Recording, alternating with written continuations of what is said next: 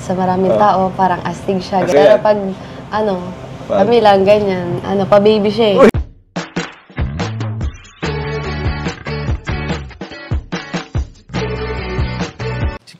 Si Kuya Jens, ano yan, reactor natin yan. Official reactor. Mga kalingap, welcome back sa aking YouTube channel, Kuya Jens. So kung bago lang kayo sa aking YouTube channel, huwag niyo pong kalimutang mag-subscribe at click the bell button para like kang updated sa ating mga bago-upload na video. At huwag po natin kalimutang suportahan ng Butim Kalingap sa pangunguna ni Kuya Val Santos Matubang, Ate Ed the Vlog at syempre Kalingap Rob. At pakisuportahan din po ang mga kasamahan sa Butim Kalingap. Nandyan po ang K-Boys, Kalingap Partner, Kalingap Reactor at lahat po ng charity vlogger sa buong Pilipinas sa tumutulong sa mga kababayan natin na lahat may hirap. Suportahan po natin lahat guys. So ngayon mga Kalingap ay bigyan naman po natin muli ng reaction video ang grabe pong nakakakilig na question and answer po ni Kalingap Rob sa tambalang Dan Joy, Kalingap Dan at Joy Diwata. At dito nga mga Kalingap ay meron po tayong natuklasan na revelasyon kung saan po inamin ni Joy Diwata mga Kalingap ang sikreto tungkol kay Kalingap Dan na talaga namang ikinagulat ng lahat. So para malaman po natin ang buong istorya, tara panoorin po natin, bigyan natin ng reaction video in 5, 4, 3, 2, Ano yung parang nagulat ka sa ugali niya na ngayon mo lang nalaman. Grabe natin na. Parang may sikreto Ano siya, pag may camera o kaya sa maraming tao, parang astig siya, ganyan. Oo, astig talaga Pero yan. pag, kami lang, ganyan, pa-baby siya eh. Uy! Uy, hindi naman. Lagi ko kasama yun, hindi ko nakikita. Oo, ito, astig to eh. Pero hindi, Baby Dan. Pero hindi naman gano'n. Lambing lang. Ganun siya maglambing. lang. Pero, Papa-baby. hindi naman. Nilaglag na ako ni Joy. Naglag ka rin san? Sample. Nagbe-baby talk. Ay, hindi naman gano'n. Hindi bagay sa akin. Matigas lang tayo lagi.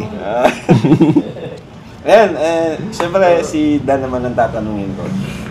And Insan, ano bang masasabi mo? Or, anong klaseng ba si Joy? Ang isang diwata ng Kalingap, anong klaseng... Sabi nga ni Nanay Imelda, di ba? Maraming natatakot kay Joy. Kaya wala nagtatangka. Ano ba basyo niya si Nanay Imelda? Walang sumusubok na manligaw kay Joy kasi nga sinusungitan niya. Pero parang mali yung yung nakikita ko yung habang tumatagal. Parang siya, marupok.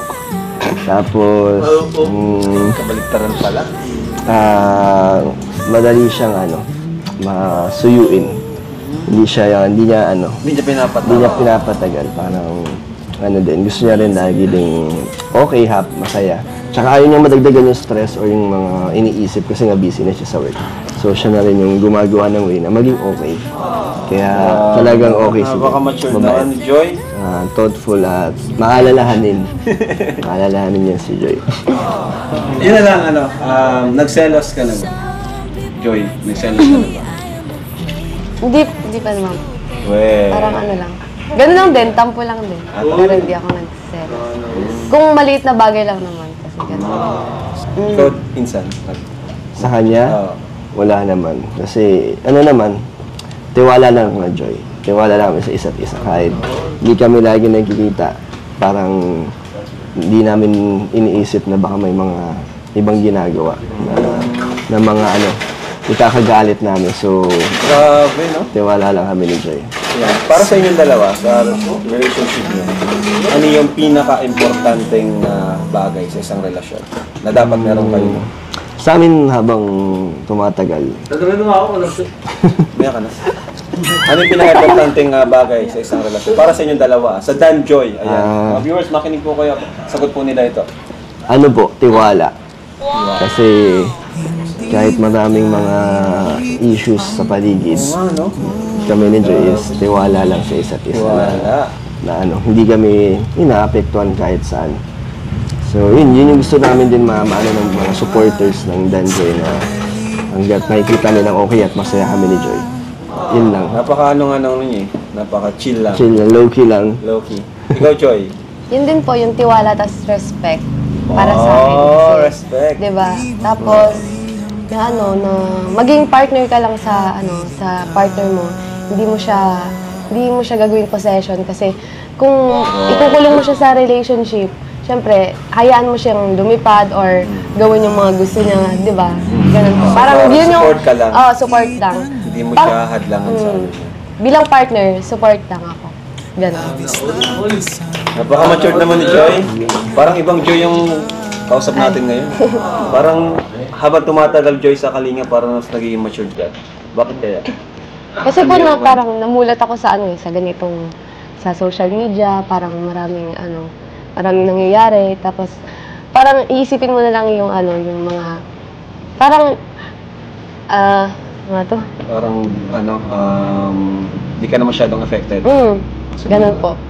Oo nga, dahil niyan, isa pa, nakilala ka rin sa pagiging yung hindi ka pumapatol sa mga sasalita sa'yo ng hindi maganda. Bakit hanggang ngayon is talagang di ka pa rin talaga pumapatol sa kanila? Kasi grabe yung iba, mga below the dot na yung sinasabi nila, alam ko na affected ka din at minsan nga, umiyak ka pa, di ba? Pero mas pinili mong sarilinin na lang. Bakit hanggang ngayon, ganun ka pa rin? Kasi parang, ngayon nursing na ako kasi parang ang namin, parang holistic approach kasi. Kasi titingnan mo yung tao holistically, kung bakit siya nagsasabi ng ganito, bakit sila gumaganon sa akin. Siyempre, isipin ko, may nagawa rin ba akong mali, or may mali sa kanila or sa akin, ganon. Ganon po yung parang thinking ko. Kasi, siyempre, hindi rin naman natin masasabi mali, may pinagdadaanan din ng tao, or ako, ganon. Intindi mo pa tayo. Yung nagsabi sa'yo. Grabe naman talaga mga Kalingap ang mga revelasyon kay Kalingap Dan at Joy Diwata. Nakita naman po natin mga Kalingap kung gaano pinatatag ng panahon at ng naging pag-ami ng kanilang totoong estado ang tambalang Dan Joy. At kitang-kita naman po natin mga Kalingap na despite na minsan ay busy po sila pareha sa kanilang mga pinagkakabalahan, si Joy sa pag-aaral, si Kalingap Dan sa pag-charity vlog, sa pagsama sa K-Boys, ay meron pa rin po silang mga quality time together at kitang-kita naman po natin kung paano nila sinusuportahan ang bawat isa. At talagang kitang-kita rin po natin at nalaman naman po natin ngayon mga Kalingap yung revelasyong inamin ni Kalingap Dan at ni Joy Diwata sa isa't isa kung saan po, kung ano po yung nakikita po natin minsan sa kanila ay kabaliktaran pala ng totoo nilang sabi nating ugali.